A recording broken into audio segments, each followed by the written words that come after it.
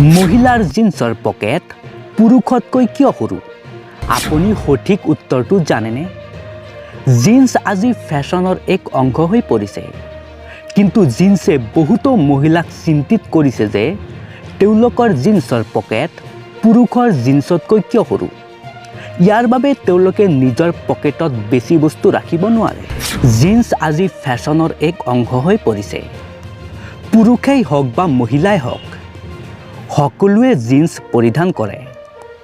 জিন্সতকৈ অধিক আৰামদায়ক পোছাক আৰু নাথাকিবও পাৰে, কিন্তু বহুতো মহিলা চিন্তিত যে তেওঁলোকৰ জিন্সৰ পকেট পুৰুষৰ জিন্সতকৈ কিয় সৰু, যাৰ বাবে তেওঁলোকে নিজৰ পকেটত বেছি বস্তু ৰাখিব নোৱাৰে। কিন্তু খুব কম মানুহে জানে এইটো কিয়।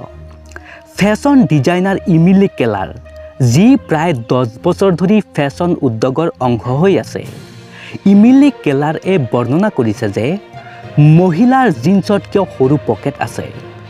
যদি পুৰুষৰ জিন্সত চাবি, পাৰ্চ, মোবাইল ফোন পকেটত ধৰে, মহিলাৰ পকেটত সঠিকভাৱে ফোনটো নধৰে।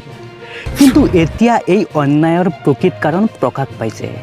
ছ'চিয়েল মিডিয়াৰ ছাইট কোৱাৰাত ইমিলিয়ে ব্যাখ্যা কৰিছে যে মহিলাৰ জিন্সৰ সৰু পকেট থকাৰ 3টা কাৰণ আছে।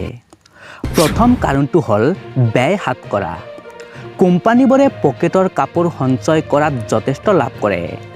ইয়াৰ বাবে কোম্পানীবোৰে মহিলাৰ জিন্সত পকেট তৈয়াৰ নকৰে। ইমিলিয়ে ইয়াৰ দ্বিতীয় কাৰণটো ব্যাখ্যা কৰিছে যে যিহেতু মহিলাৰ জিন্স আজিকালি বডি ফিট, যদি পকেট তৈয়াৰ কৰা হয়, লেয়াৰটো ক্লিয়াৰ যেন লাগিব। ইয়াৰ বাবে মহিলাৰ জিন্সত পকেট দিয়া নহয়। তৃতীয় আৰু অন্তিম কাৰণত ইমিলিয়ে বৰ্ণনা কৰিছে যে যদি মহিলাৰ জিন্সত এটা পকেট সুমুৱাই দিয়া হয়, তেন্তে এলেকাটো প্ৰসাৰিত হ'ব।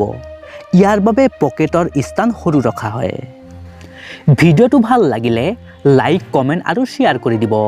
আৰু এনেকুৱা ধৰণৰ ফেক্ট অসমীয়াত চাবৰ বাবে চেনেলটো ছাবস্ক্ৰাইব কৰি যাব। ধন্যবাদ।